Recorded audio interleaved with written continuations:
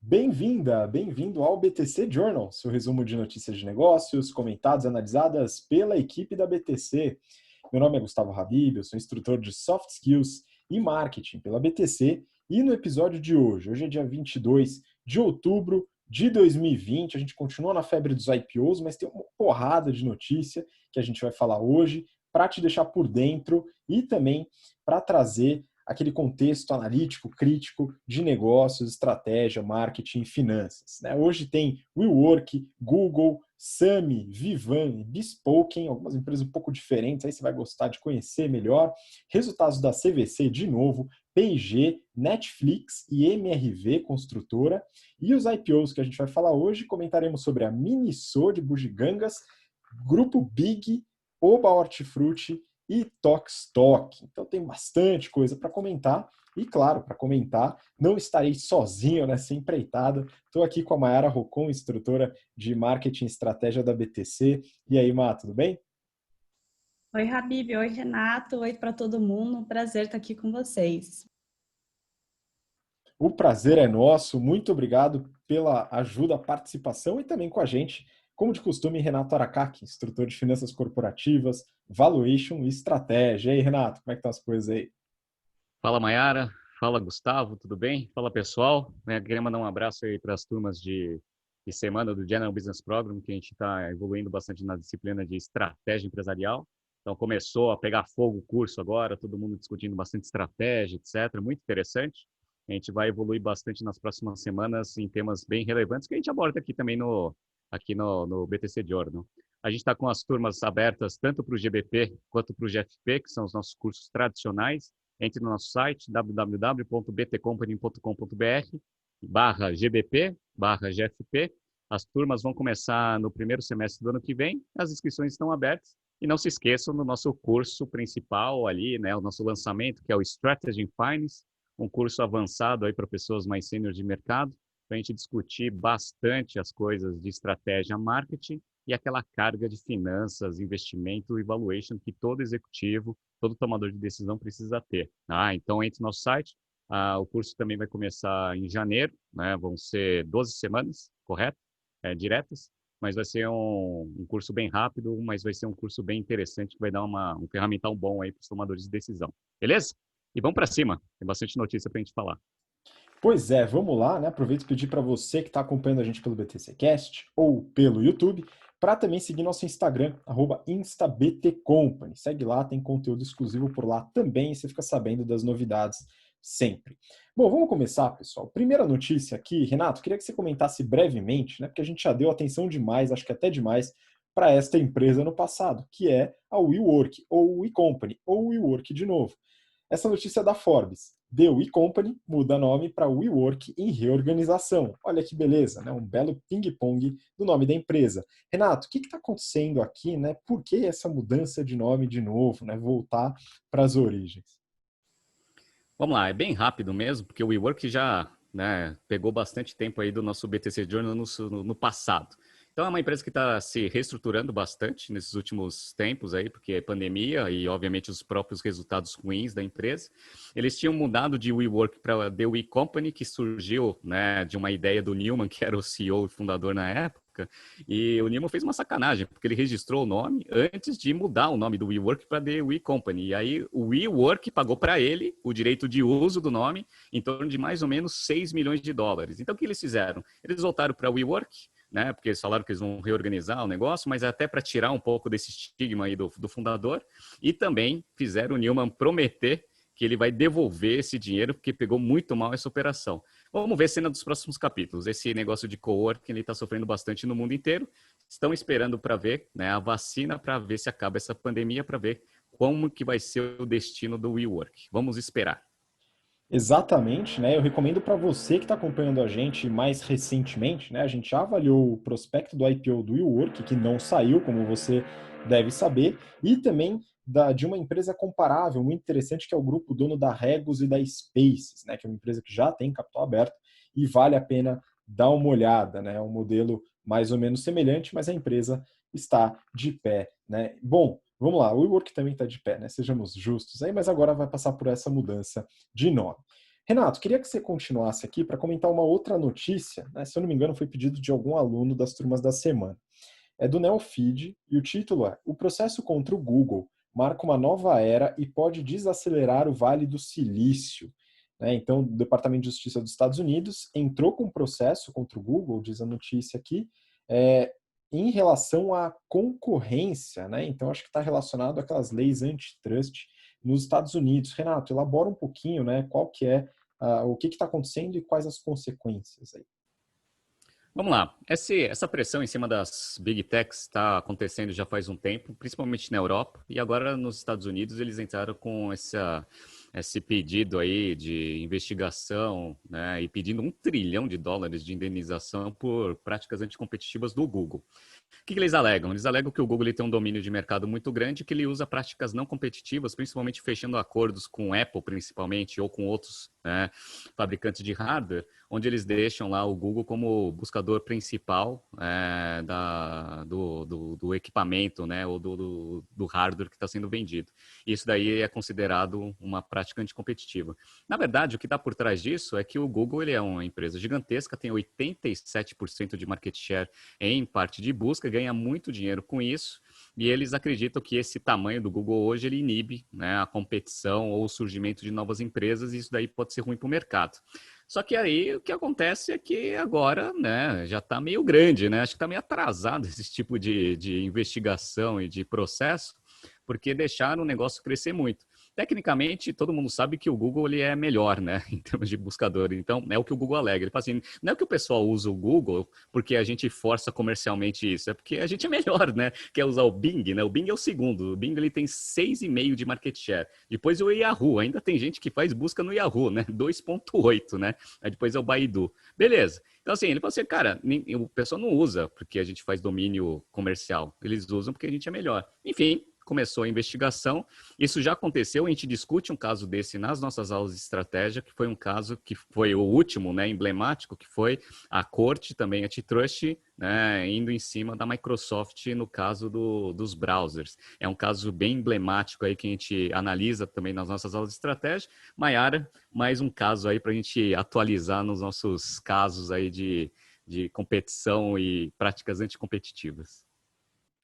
Exatamente, né? E aí no caso da Microsoft, né, a qualidade, né, do buscador, do browser que ela usava, na época havia concorrência com qualidade comparável, eventualmente até superior, um pouco diferente talvez do caso do buscador do Google, como você comentou, né? A qualidade dele é realmente um diferencial. Né? Então, enfim, tem casos para os dois lados, né? Domina o mercado, mas a qualidade também a gente não pode criticar, né, o fato de ter qualidade, acho que é um ponto importante. Bom, vamos seguir para a próxima. Né? As primeiras a gente está comentando rapidamente aqui, e eu queria passar a bola para a Maiara para comentar uma notícia aqui do Brasil Journal.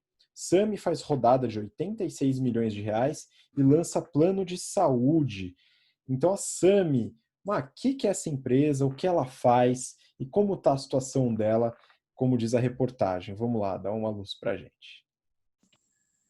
Então, hoje a Sami, ela ajuda planos de saúde a diminuir custo e melhorar a eficiência com o cliente. Só que ela resolveu mudar e lançar o seu próprio plano de saúde, começando pela parte corporativa. Então, ela quer focar em pequenas e médias empresas que têm menos de 100 vidas no plano e que são da região metropolitana de São Paulo, que já é um puta mercado que aí tem mais ou menos umas 2 milhões de vidas que se encaixam nesse perfil. E aí depois ela falou que quer ir para outros produtos de plano corporativo, plano individual. Mas o ponto inicial é que ela falou que quando você quer fazer um plano de saúde pequeno, de pelo menos ali 5 vidas, né, que é o caso desse mercado, acaba que demora muito e você não tem acesso a uma qualidade boa. E aí ela quer aproveitar, né, esse mercado que existe, mas é mal atendido, investir em melhor experiência, né, ter uma oportunidade ali de você fazer muita coisa no digital e ter reajustes baixos, né, porque hoje não tem uma regulação realmente que impeça reajustes altíssimos todo ano, né, teoricamente tem, mas não tem, né, então eles querem trazer esse diferencial para o mercado. E aí eles têm algumas alavancas que eles querem puxar. Então, primeiro, ter um time de saúde, que eles chamam. Ou seja, o famoso médico de família ali, que deveria existir, mas não existe muito bem aqui no Brasil, né? A gente sempre vai direto para as especialidades que a gente acha que precisa, aí às vezes aumenta custo, aumenta tempo de atendimento, né? E aí eles teriam também enfermeiras, psicólogos à disposição, seja por telemedicina ou pela clínica que fica dentro do Hospital Beneficência Portuguesa, né? E aí eles querem também usar dados para ajudar a prevenção de doenças. Então, quando você entra no plano, você faz ali um questionário enorme, que aí já dá uma visão inicial do que você pode ter, como você deveria se cuidar. E aí, conforme você vai usando o plano, eles vão colhendo mais dados e melhorando essa experiência, né? Então, com tudo isso, eles queriam cobrar ali mais ou menos 200 a 450 reais por vida, que daria uma diferença de 10 a 20% a menos que os concorrentes. E eles já falam que eles querem fazer reajuste por IPCA, é o objetivo deles, né?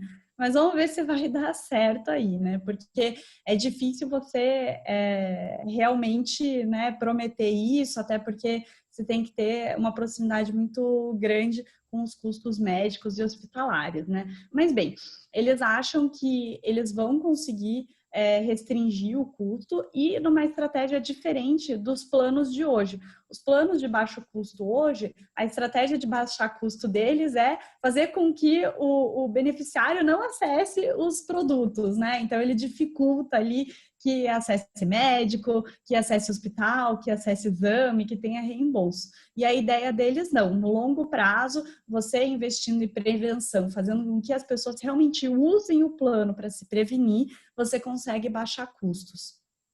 E aí eles, com esse modelo prevenção, com esse time de saúde e também com o modelo que eles chamam de value-based healthcare, ou então que às vezes a gente considera, né, chama de capitation, que é quando o médico é remunerado pelo desempenho, não pelo número de consultas, eles acham que eles vão manter esse preço baixo.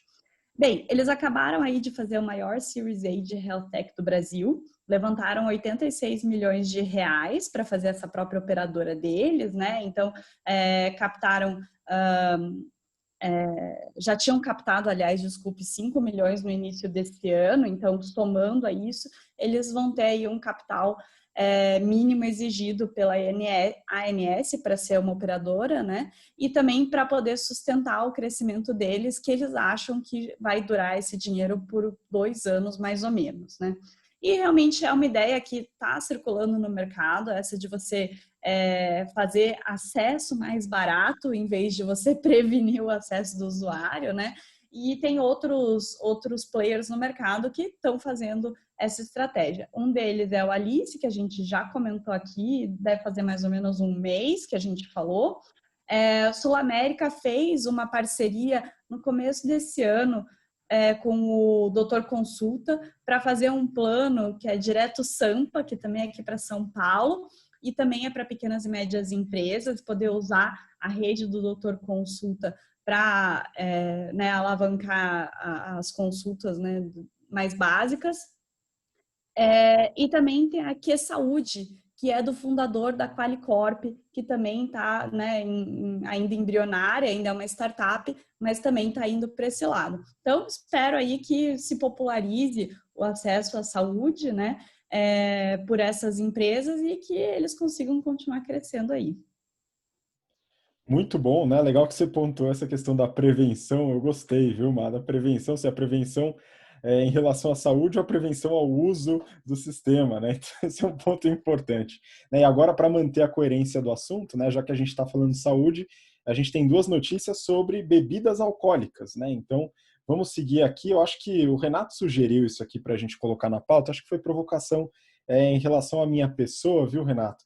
Porque as 2 notícias eu levei como uma heresia aos 2 mercados, né? Vamos falar a primeira notícia, né? A primeira notícia, também do Brasil Journal, o título é o seguinte: a Vivan botou o vinho na lata e já vale 55 milhões de reais. Então, o mercado de vinhos em lata, né? Mayara, vamos lá, você é nosso especialista em bens de consumo, né? Você deu uma analisada aí no modelo de negócio da empresa, como funciona. Como que é esse negócio do vinho em lata e como essa empresa está crescendo aí nos últimos anos?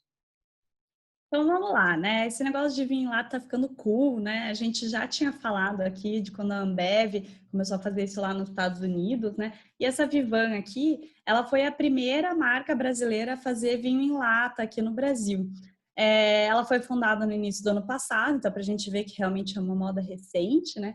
E ela estava olhando aí para millennials, né? Que estavam consumindo mais vinho e não tem uma marca preferida entre eles. E aí eles pegaram, né, um vinho um pouco mais leve, que também era especial para você beber gelado. A lata de alumínio também facilita isso, fora todas as partes de eficiência, né, que acaba sendo mais barata a logística também, né, porque o vidro ocupa mais espaço, a garrafa de vidro vai ocupar mais espaço e também é mais pesada, né. Mas bem, eles já estão meio grandinhos, né? Eles já vendem mais de 3 mil pontos de venda, inclusive no San Marché, Super Nosso lá em Minas, Zona Sul do Rio e no Grupo Mateus. Acho que quase todos aqui a gente já falou, né? A gente pode um dia falar talvez do Zona Sul, mas assim, de varejo a gente fala muito, né? E aí, eles também vendem bastante por e-commerce. Eles já são a marca mais vendida na categoria de vinho em lata, que tudo bem que é embrionário, mas já é alguma coisa, né? Dentro da Amazon Brasil. E essa semana eles fecharam um acordo com o Grupo Pão de Açúcar para incrementar aí mais 500 PDVs no Brasil. Eles pretendem ter um faturamento esse ano de 8 milhões de reais, que já é 8 vezes o faturamento de 2019, ano passado, quando eles foram fundados, que com certeza teve aí um boost de quarentena, porque esse vinho é mais, né, B2C, o jeito que eles atendem, e acaba que ajuda o consumo em casa, né? Eles, com esses 8 milhões de reais, eles pretendem chegar a uma marca de mais de 1 milhão de latinhas vendidas esse ano. E não é porque cresceu 8 vezes que eles estão tranquilos, né? Eles já colocaram targets bem agressivos. Para o ano que vem, eles querem chegar em 22 milhões, 50 milhões em 22 e 75 milhões e 95 milhões em 23 e 24. Ou seja, né? Eles estão precisando mesmo de investimento, até a gente vai chegar nesse ponto. Mas como que eles querem crescer tanto? Eles já fizeram aí um plano não só de atingir outros varejistas para aumentar a capilarização, né, as praças, as cidades que eles estão disponíveis, mas eles também estão investindo em internacionalização. Eles já começaram a vender no México e no Peru, e eles estão querendo, né, próximos passos aí, ir para Estados Unidos, China e Europa. Nada mais, nada menos, né, que China, Europa e Estados Unidos, mas tudo bem. Esse consumo de vinho está crescendo no mundo todo. Então, nos últimos 10 anos, se multiplicou por 90 vezes o consumo. Então, não é uma tendência só do Brasil, né? E eles viram que o consumo é maior, né? Essa tendência é mais forte em países que não têm muita tradição de vinho. Acho até que é mais fácil de quebrar, às vezes, um estigma de, pô, vinho em lata, né? Então, eles estão, né, olhando mais esses locais aí. E não só eles, né? Para variar, uma tendência forte no mundo, óbvio que tem outras concorrentes entrando. Então, que nem eu comentei, a gente falou que o ano passado a Bembev começou a vender vinho em lata nos Estados Unidos pela marca Baby, e aqui no Brasil, depois da Vivan, já tiveram outros players. Então, a Love Wine, por exemplo, e a Vibra, que é da Ivino, né? E aí, para então financiar esse crescimento, né? Eles fizeram Series A, foram avaliados em 55 milhões de reais, então até bastante para uma empresa que acabou de nascer, né? E conseguiram uma captação de 5 milhões de reais. Então, eles querem aproveitar esse dinheiro para crescer, né? Junto com esse espaço que tem para o vinho em lata, investir mais em marketing, querem aumentar a equipe, praticamente dobrar a equipe. Estão fazendo aí uma campanha que eles estão definindo como a primeira campanha de verão do vinho do Brasil, que realmente, né, o vinho não tem esse negócio sazonal por enquanto, né? Querem também construir a primeira fábrica própria deles, pertinho da vinícola fornecedora, lá em Caxias do Sul. E eles estão para lançar já 2 novos produtos, que são frisantes em lata, um branco e um rosé. Então, espero aí, né, que a gente aproveite esse crescimento de mercado. Eu nunca consumi, confesso que sou super curiosa para consumir, mas sempre que eu vou comprar vinho, eu ainda vejo que a lata, ela acaba sendo cara versus a garrafa, né? Então você fala assim, se eu tomar meia garrafa, já fica, né, mais do que a lata e o valor acaba compensando, né? Então tem que ser realmente algo mais cool, uma festa, uma reunião de amigos, para o vinho em lata fazer sentido, que aí é uma porção que você se serve ali, ela tá geladinha. Então vamos ver se essa campanha de verão surte um efeito, né? E a gente entra para esse mercado consumidor também. Pois é, não conte comigo nesse mercado consumidor, Mara. Vou continuar raiz na garrafa e na taça, né?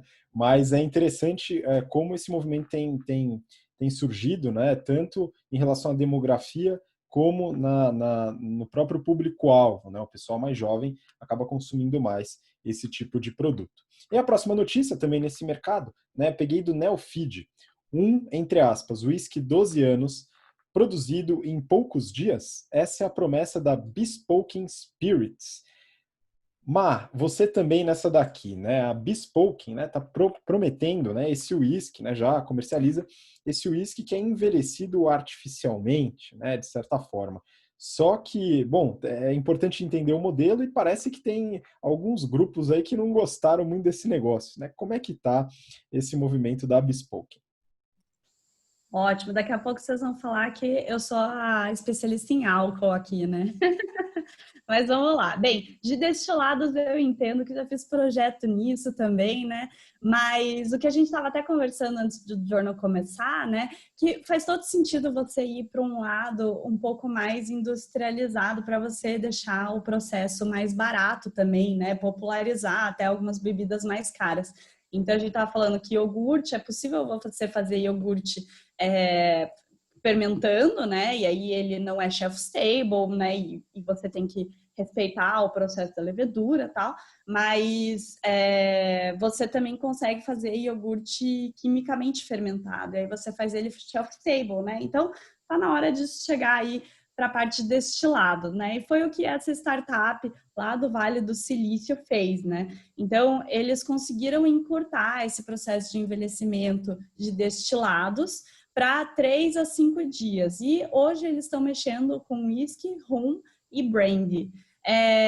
Eles foram fundados em 2018. Interessante aqui é que um dos sócios é engenheiro químico com doutorado em ciências dos materiais. Então, um engenheiro aí, né, bem acadêmico, trazendo inovação para a indústria, super legal. Então, eles fazem, né, eles induzem aí como se fosse esse envelhecimento de uma forma química, que vai mudar a cor, o aroma e a textura da bebida, como se fosse um envelhecimento em barris de madeira, né, da forma convencional. E aí o legal é que eles usam as tecnologias que eles mesmos criaram e patentearam, né, para controlar esse processo e controlar as reações químicas que acontecem. E aí eles fazem uma bebida personalizada, porque eles vão direcionando com esse controle como que a bebida fica no final. E eles usam também a ajuda de alguns experts de degustação para ir falando o que eles sentem no aroma, né, no paladar ali, para poder ir modificando. E também para, né, como o Vale do Silício, eles usam ali muitos dados para ir manipulando esse processo. Então, hoje eles já estão vendendo, mas eles também estão aperfeiçoando para melhorar a bebida deles. E aí, o legal é que esse processo de maturação tecnológico deles é também um pouco mais sustentável do que o processo normal. Então, eles falam que 20% mais ou menos da bebida acaba sendo perdida ali né, nos barris por causa da evaporação, né? Então, a madeira é porosa, né? Ela acaba absorvendo a bebida e acaba evaporando. E como você deixa ali o uísque, o rum por anos, né? A evaporação chega a 1/5 da quantidade. E também eles usam um pouco de madeira nesse processo deles, mas acaba sendo muito menos do que é normalmente usado. Então, eles usam só 3% do que é necessário. Então, tem esse quê de sustentável ali. E hoje eles conseguem vender uma garrafa de bourbon, né, um dos tipos de whisky que eles vendem, por $35. E aí diz que, né, são gostosos, são fáceis ali de provar, mas ainda dá para sentir que eles são whiskies jovens, né? Mas pelo menos já tem um pouquinho desse sabor de maturação, apesar de não ter sido feita, né? Então eles fizeram uma rodada de seed money agora. Eles conseguiram captar $2,6 milhões Inclusive, interessante aqui que um dos investidores deles foi uma vinícola, que se chama Claude Latec, que é lá da região de onde eles ficam, né, na Califórnia, que tem vinhos muito bons, muito conhecidos por ótimas vinícolas ali, né? E o legal é que ela está aplicando uma estratégia que a gente comenta nas aulas de inovação disruptiva, que é a mesma estratégia do Google e da Microsoft, né? Então, não foi você que criou, mas fica ali de olho no que está surgindo, coloca dinheiro enquanto ainda está pequeno, né? E aí eles estão pensando em seguir em três caminhos aí, né? Então, primeiro, continuar fazendo a bebida deles, vender a bebida, né, com o rótulo deles, tal. Eles querem fazer também serviço de maturação para terceiros, então ajudar outros produtores de destilados a ter essa maturação tecnológica, digamos, né? E é engraçado que hoje tudo é as a service, né? E eles falam que isso é maturation as a service, né? MAAS. E eles também querem ter o serviço, como se fosse um B2B, mais ou menos, de desenvolver bebidas exclusivas. Então, se o seu restaurante quer ter um rum só dele e tal, aí eles conseguem desenvolver para você. Eles, apesar de já terem alguns ganhos aí alguns prêmios aí de medalha de ouro na World Spirit Competition lá em São Francisco, né, na região deles, ou melhor, né, foram eleitos os melhores na categoria de American Distilling Institute's Judging of Craft Spirits. Eles estão sendo aí intimados pela Associação do Whisky Escocês nos Estados Unidos, porque eles estão falando que o whisky só pode ser considerado whisky e ter esse nome no rótulo se ele for maturado em barril. Então, o que eles estão fazendo é ilegal. E realmente no rótulo deles está escrito whisky, né? Então, eles não poderiam fazer isso. Nos Estados Unidos não tem uma legislação específica pelo tempo de barril, mas, por exemplo, na Europa, só pode ser considerado whisky se passou 3 anos ou mais em barril. Então, eles deveriam estar chamando esse destilado por outro nome e não por whisky. Então, vamos ver se isso se converte, até porque isso foi um problema quando lançaram aquela Not Mayo, né? Que a Unilever processou, porque diz que aquilo não era maionese, que maionese tem que ter ovo na composição, e no fim a Unilever até desistiu, porque pegou um pouco mal. Mas nesse caso, né, se existe legislação específica, eles realmente deveriam chamar por outro nome, né? Mas até agora é propaganda para eles isso, né? Exatamente, vão acompanhar essas mudanças aí no mercado dos alcoólicos com a tecnologia, né? E produtividade, né? Ganho de produtividade também interessante dentro da operação da empresa. Bom, vamos seguir, pessoal. Agora a gente vai falar de alguns resultados que saíram e, como não poderia deixar de ser, né, a gente trouxe aqui a CVC de novo e eu queria que o Renato comentasse. Essa notícia eu peguei do Valor Econômico. Auditor enfatiza incerteza relevante de continuidade operacional da CVC. Renato, saiu o resultado do segundo TRI, né, um pouco depois do primeiro TRI, bem atrasado, e a situação está de fato complicada, né? Pois é, a gente tinha visto o resultado do primeiro trimestre, a gente já tinha visto que o próprio primeiro trimestre já tinha sido ruim. E o efeito integral ali da pandemia ia acontecer no segundo trimestre. E foi avassalador mesmo, né? Eles divulgaram o resultado aqui. Sabe quanto que foi a receita líquida deles no segundo trimestre? 3 milhões de reais. 3 milhões. 2,9, vai. Eu estou arredondando para dar 3 milhões.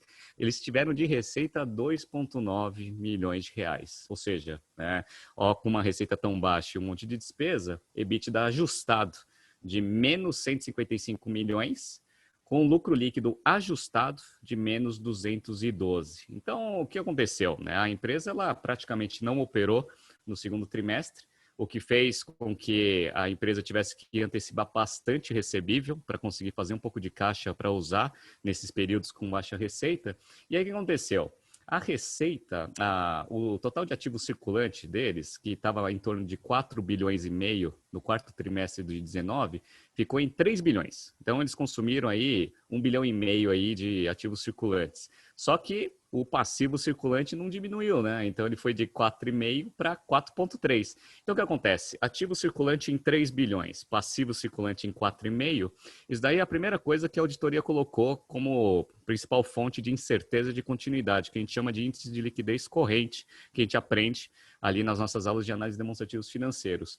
E aí, se você pegar o semestre inteiro, que a gente já tinha mostrado do primeiro trimestre, se você não viu, volte, acho que foram 2 ou 3 BTC Journals passados, eles fizeram uma baixa contábil gigantesca. Então, eles tiveram um prejuízo nesses primeiros 6 meses de 1 bilhão e 400. 1 bilhão e 400. Então, assim, a empresa está passando por bastante dificuldade, está falando que está com uma posição de caixa boa, está com 1 bilhão, fechou o primeiro semestre com 1 bilhão de caixa, parece que tem 1,5. Eles fizeram, né, uma emissão de ações aí para conseguir reforçar o caixa e raparam os recebíveis, beleza. Mas eles têm algumas obrigações de curto prazo que, a princípio, a auditoria está com medo que ele não vai conseguir honrar. Então, assim, a gente já sabia, não foi surpresa nenhuma, mas é que ficou bem ruim. 3 milhões de receita, de fato, é um negócio bem pequeno em relação ao que era antes. Então, vamos observar aí como que a CVC vai conseguir sobreviver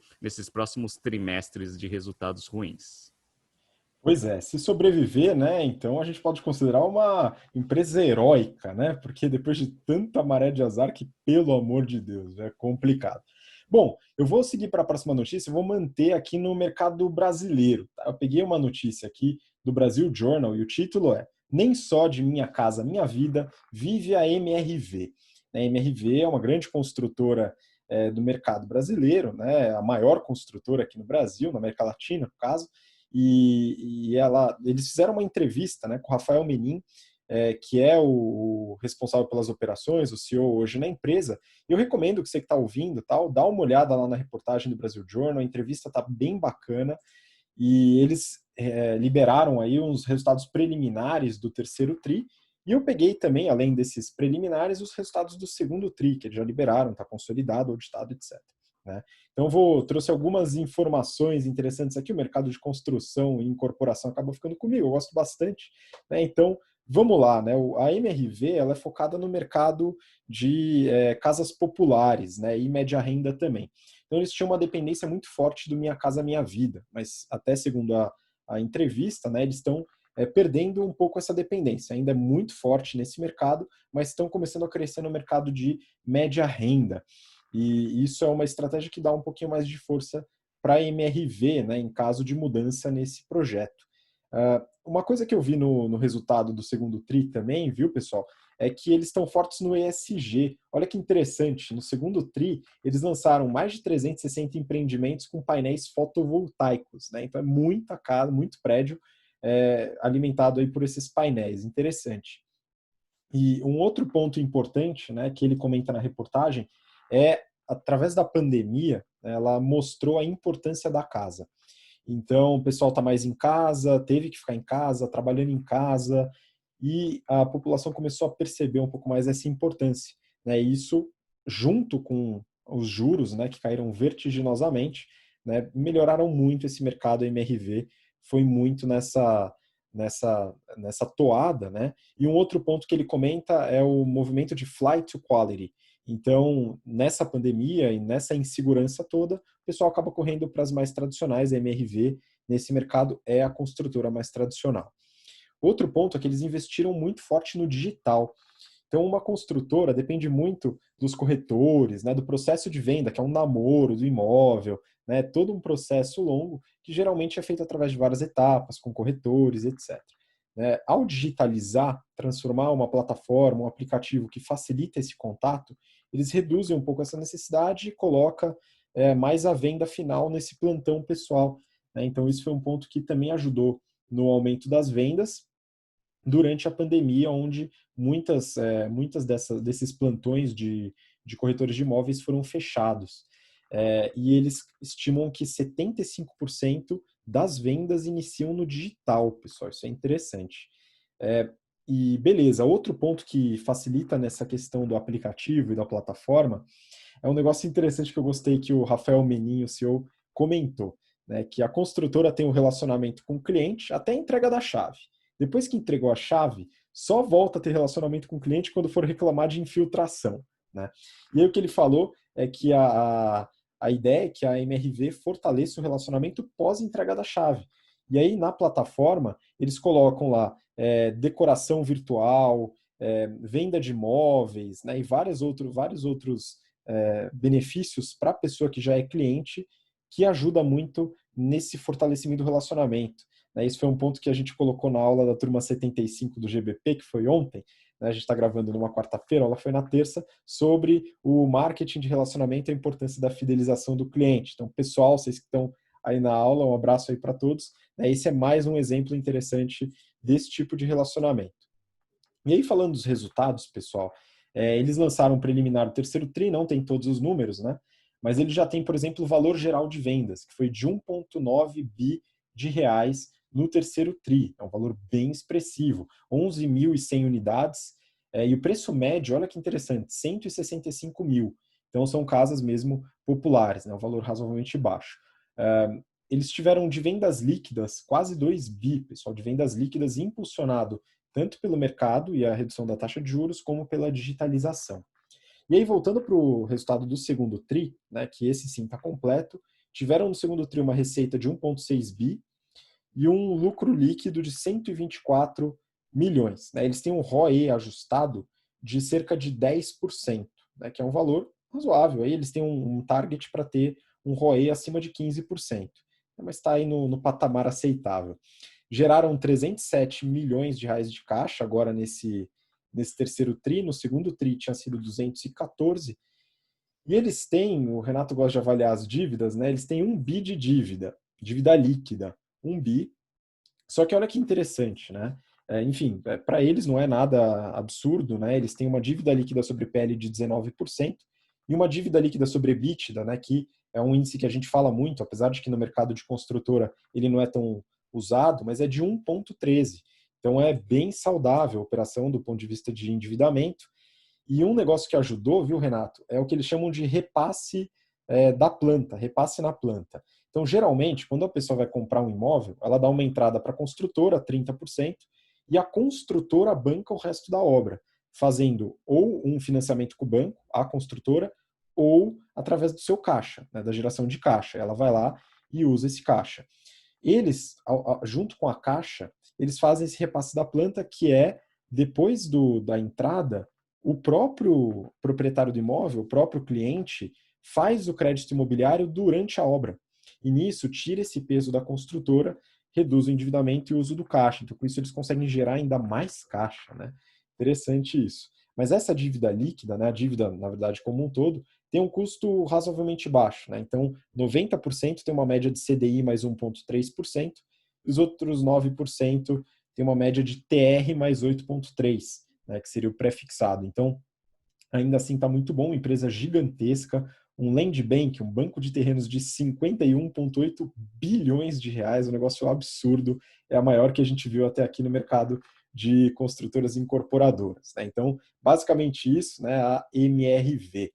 Vamos seguir então para a próxima, pessoal. Próxima notícia, agora a gente vai para o mercado de fora e falar de Netflix. E essa aqui eu quero muito os comentários do Renato. Lucro da Netflix cresce 18,7% no terceiro TRI. Renato, mesmo com lucro, mesmo com crescimento, a ação caiu. E aí? A ação despencou, né? Hoje está caindo quase 7%, porque, sabe por quê? Porque a empresa ela gerou um lucro absurdo e um caixa absurdo, ou seja, ela começou a virar uma empresa de verdade, né? Uma empresa rentável. E aí o pessoal não gosta, né? O pessoal gosta de empresa que queima caixa, dá prejuízo. Então, assim, né? Vamos lá. Receita 6 bilhões e 400, um crescimento de 22% em relação ao mesmo trimestre do ano passado.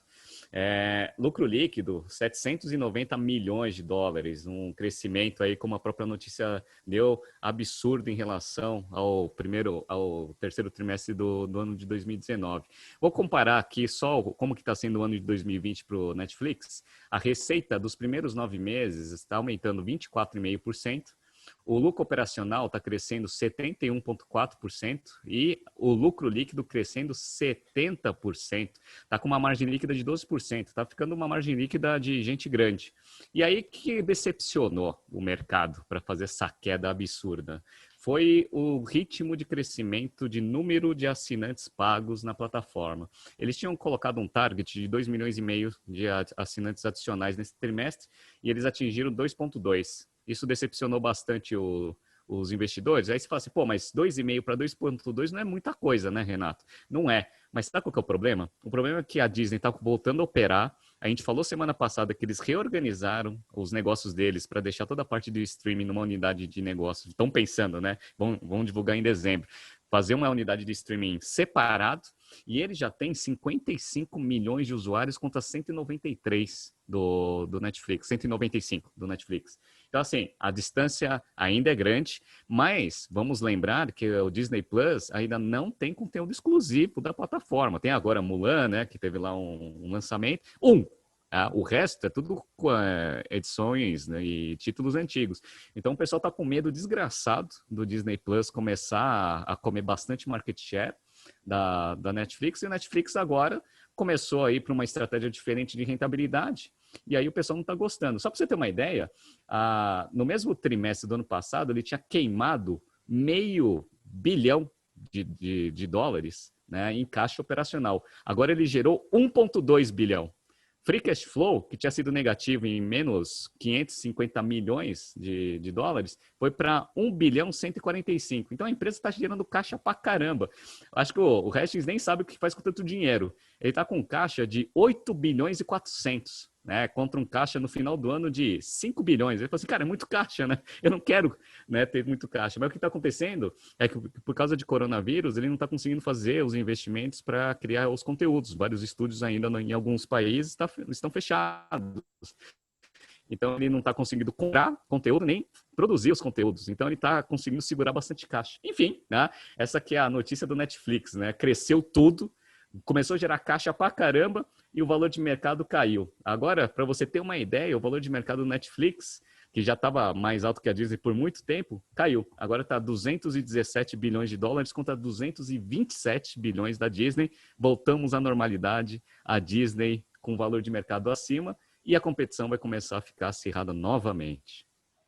Pois é, muito bom. Netflix agora vai começar a ser levada como uma empresa de verdade, né? Não mais aquela startup, né? Mas é muito legal ver que a operação está se sustentando, né? Essa era uma dúvida que a gente tinha e está fortalecendo. Isso é muito bom para todos e para nós que usamos o serviço.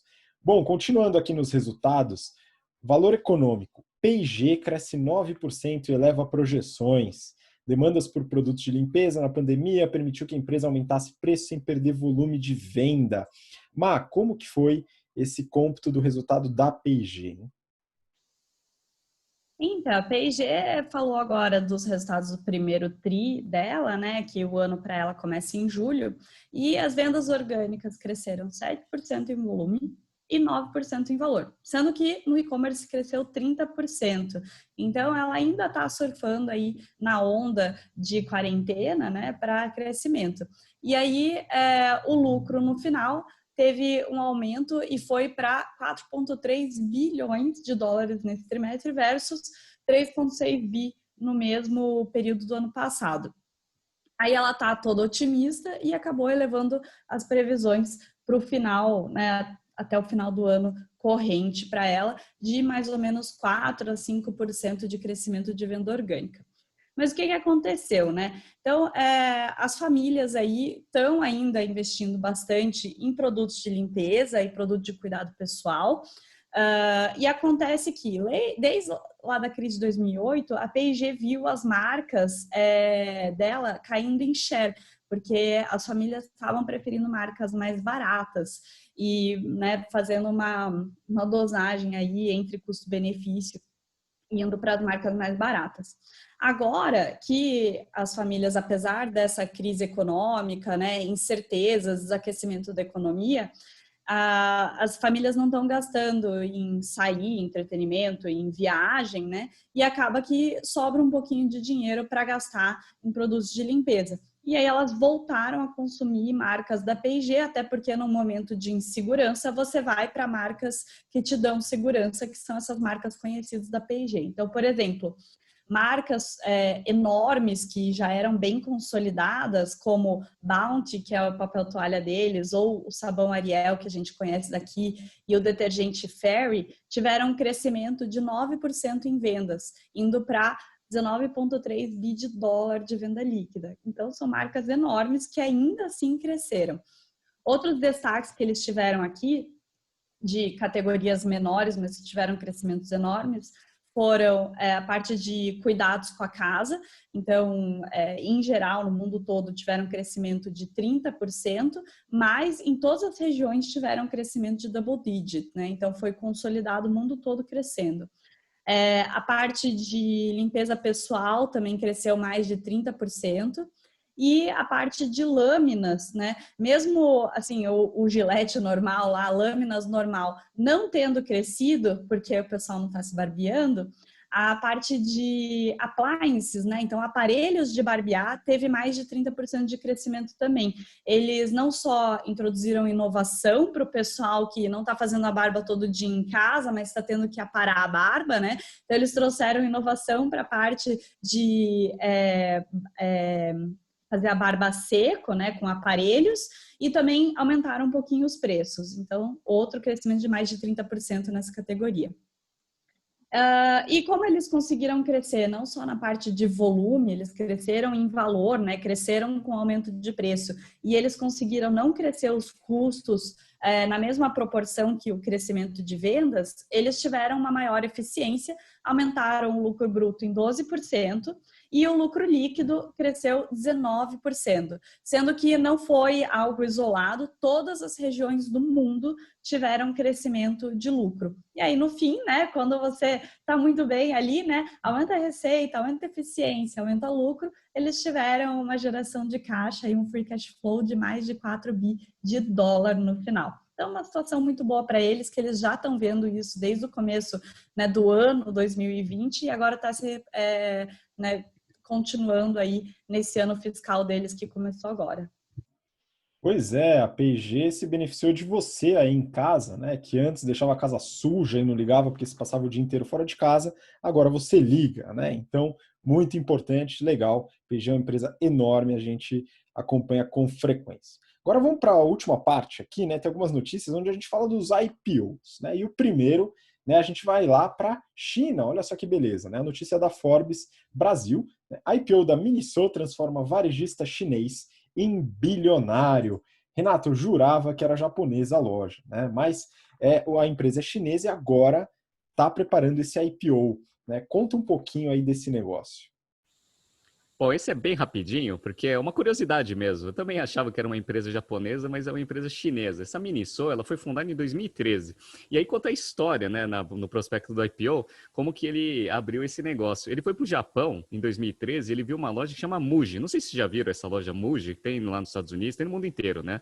E aí ele falou assim, olha, vou fazer um negócio parecido. Aí saiu a Miniso, né? Quem já foi na Muji, né? Se for para comparar Muji com Miniso, é completamente diferente, né? Mas qual que era a ideia? A ideia é ter um portfólio de produtos bem variados para você conseguir atender aí diversos públicos. Então, eles trabalham com mais ou menos 8.000 SKUs Core, que eles chamam, né? E aí eles vão adicionando, no mínimo, 100 SKUs por semana, né? Dentro das lojas que eles operam.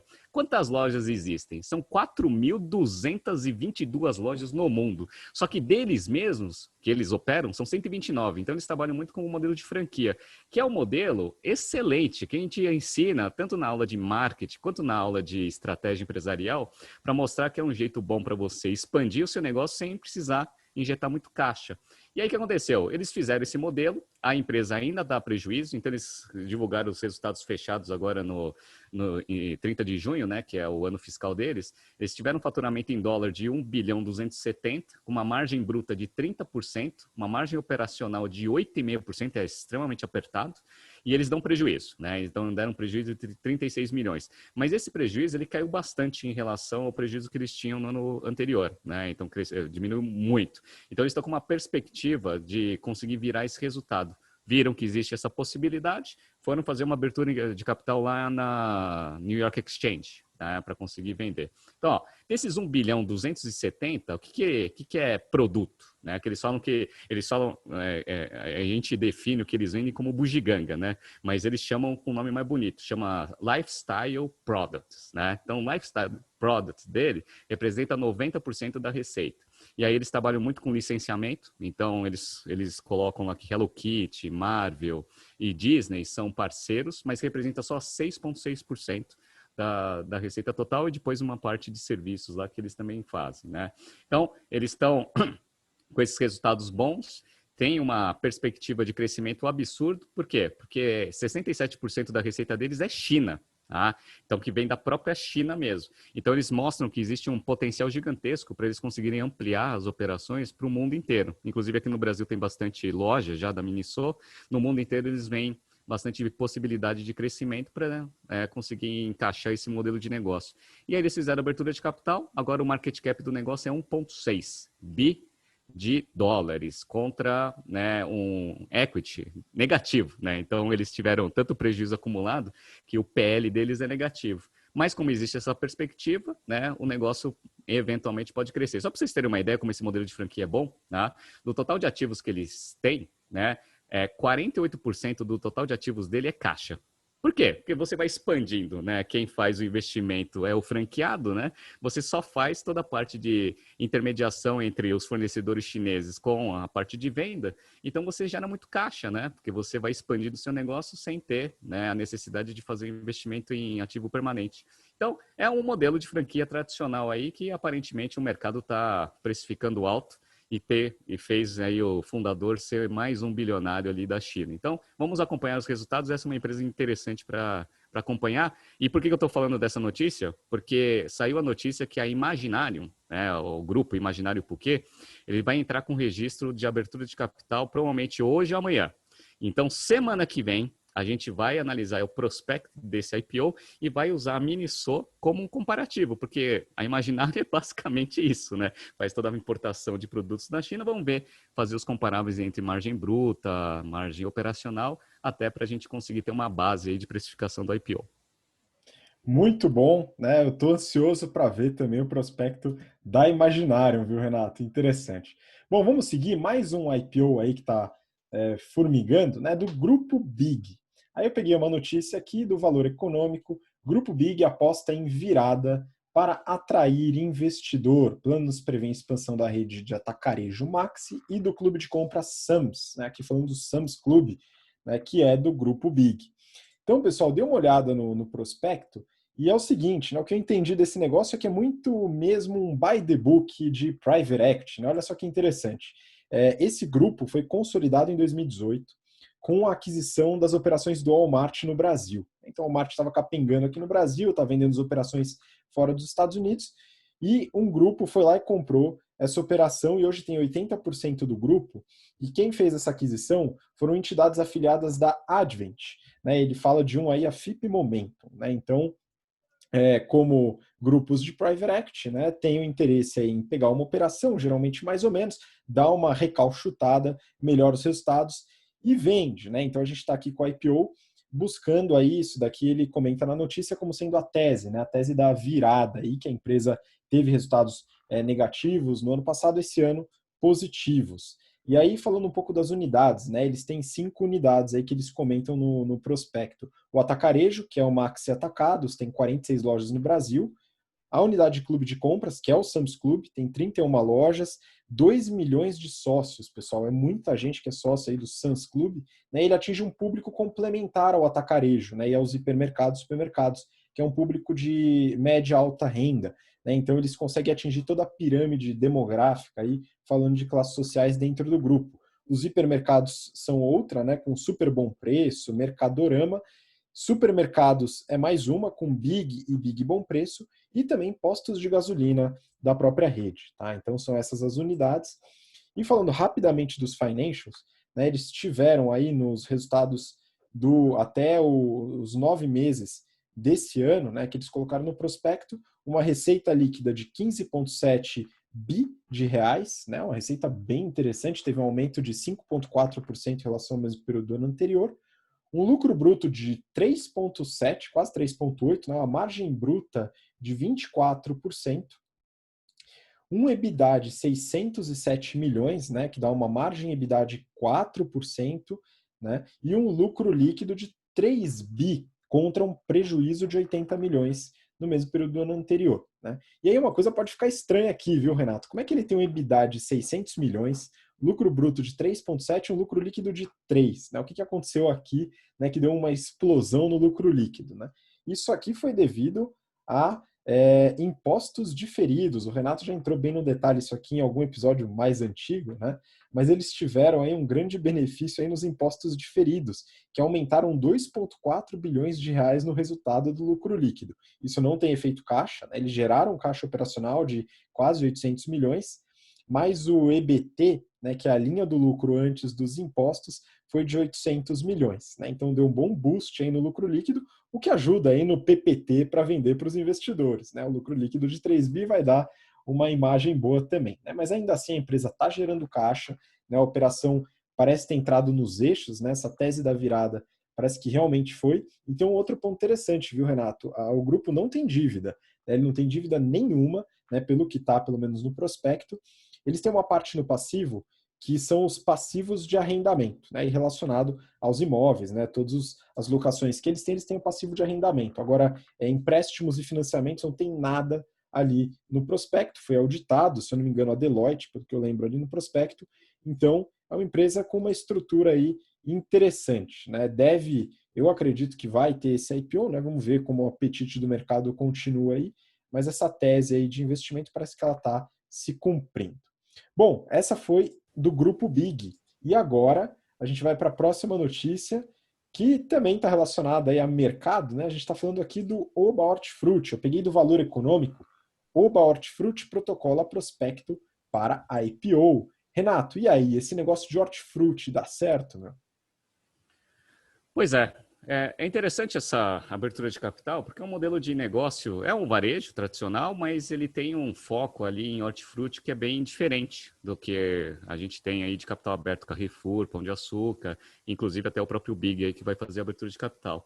Então, o modelo de negócio, não sei se vocês conhecem o Oba Hortifruti, aqui do lado de casa tem um, e a Mayara falou que é uma grande consumista aí desses produtos frescos.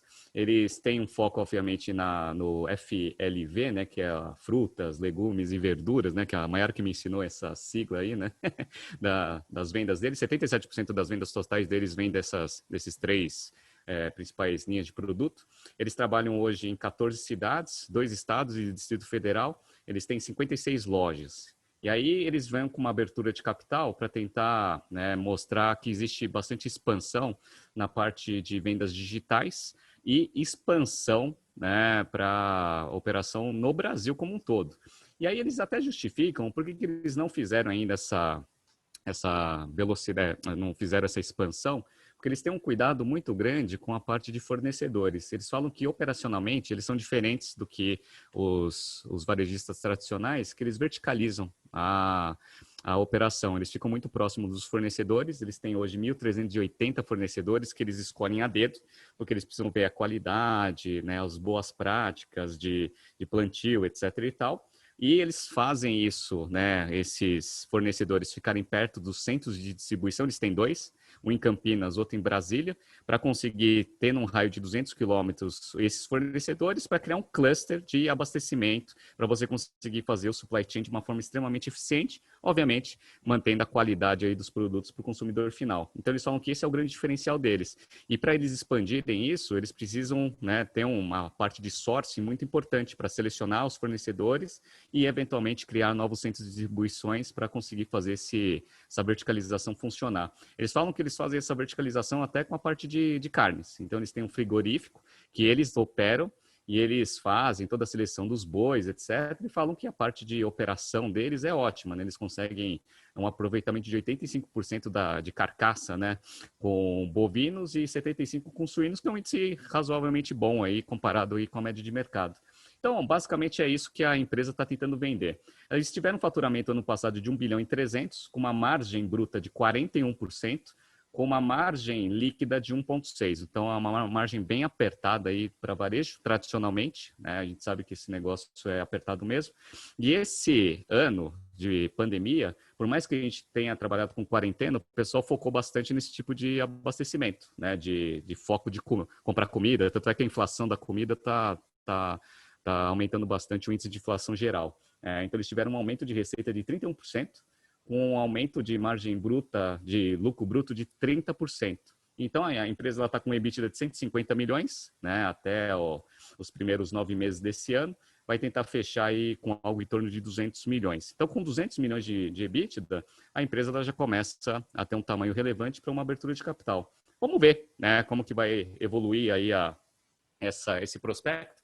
A gente está com pouquíssima informação, né, ainda desse negócio. A única coisa que tem no prospecto é aquele negócio, né, que todo roadshow vai querer ver, né, que é focar no digital, né? Então, eles falaram que nos primeiros 9 meses do ano passado, as vendas totais digital versus as vendas da empresa como um todo representavam menos de 1%, 0,4%, e agora, nesse ano de 2020, já representando quase 6% das vendas totais via digital. Então, eles falam que tem muito potencial para crescimento, e eles criaram uma área, né, uma área de inteligência, que eles usam aqui algumas informações bem interessantes e eles colocam isso no prospecto. Eles falam que tem 11% dos clientes que vão fazer compra no Oba mais de uma vez por semana.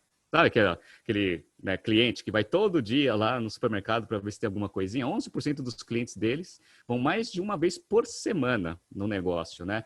E aí tem 30% dos clientes vão mais de uma vez por mês, tá? E aí 53% aí vai com uma frequência média que é o tradicional de mercado. Então, eles falam que estão utilizando bastante esses dados para conseguir fazer uma oferta mais customizada para os clientes. Eles trabalham com 2 tipos de loja própria, né, que é a loja tradicional, que eles chamam de Oba Hortifruti, e o Oba Farm. Inclusive, tem um Oba Farm perto da sua casa, Habib, que eu sei, quando você passa ali na Avenida Jabaquara, tem lá um bonitão lá, que ele é bem grande, que ele parece uma fazenda lá. Ele tem um portfólio muito mais carregado do que um hortifruti tradicional. Enfim, né, essa daqui é o prospecto da Oba. Vamos ver aí, quando surgirem mais informações, quanto que eles estão buscando aí de valuation, para a gente até conseguir fazer os comparáveis e cravar uns números aqui para deixar gravado aqui no Journal. Pois é, e é interessante, Renato, como você contou como supply chain, né, essa estrutura de verticalização, semi-verticalização e o cuidado com os fornecedores, isso suporta o modelo de negócio do Hortifruti, né? Então, é importante que lá estejam disponíveis frutas, legumes e verduras bonitos, né? Você chega lá no Hortifruti, vai lá no Oba Farm, né, e tá aquele mamão amassado, a banana preta, aquela rúcula mole, né? Realmente ali já não sustenta mais o negócio. Então, é muito importante ter esse cuidado com o fornecimento, né? Isso também influencia nos locais onde eles vão ser distribuídos, né? Os próprios, as próprias lojas, né? E também uma limitação dos fornecedores e fortalecimento dessa rede de fornecedores. Isso é bem interessante, né? Fala aí, Não, fala e aí. deixa eu só complementar rapidinho, porque é tema de aula que Maiara e eu estamos ministrando agora, né, nas aulas de estratégia, que é o quê?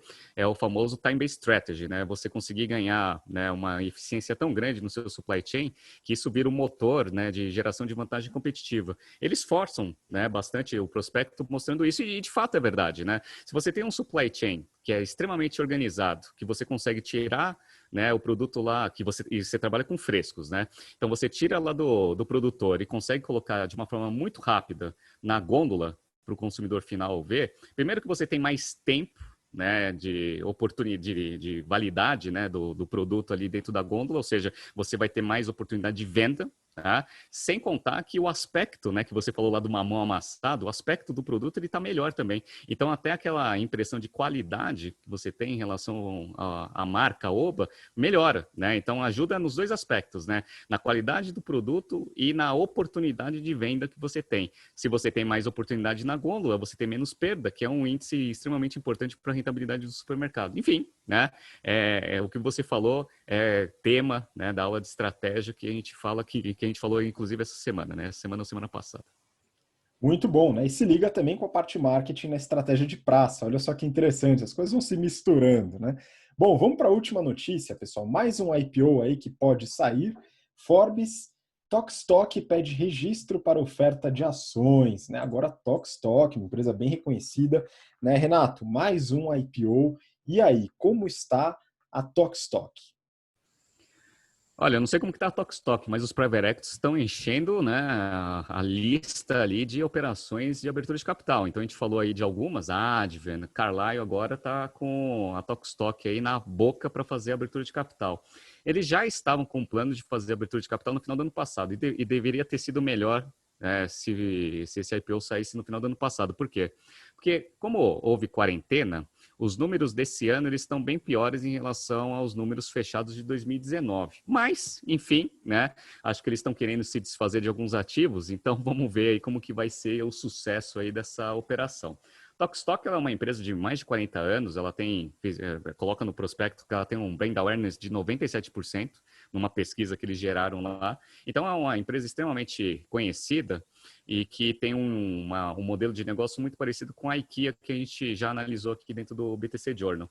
E aí o Carlyle ele entrou em 2012. Em 2012 a empresa só tinha 35 lojas. Atualmente ela tem 59 lojas. Então ela vem crescendo bastante as suas operações e está focando bastante também na expansão digital. Eles falam que tem um potencial muito grande esse mercado, né? O mercado de utensílios domésticos, etc. e tal, num agregado geral, não só o que a Tokstok vende, tem um potencial de venda anual de 90 bilhões.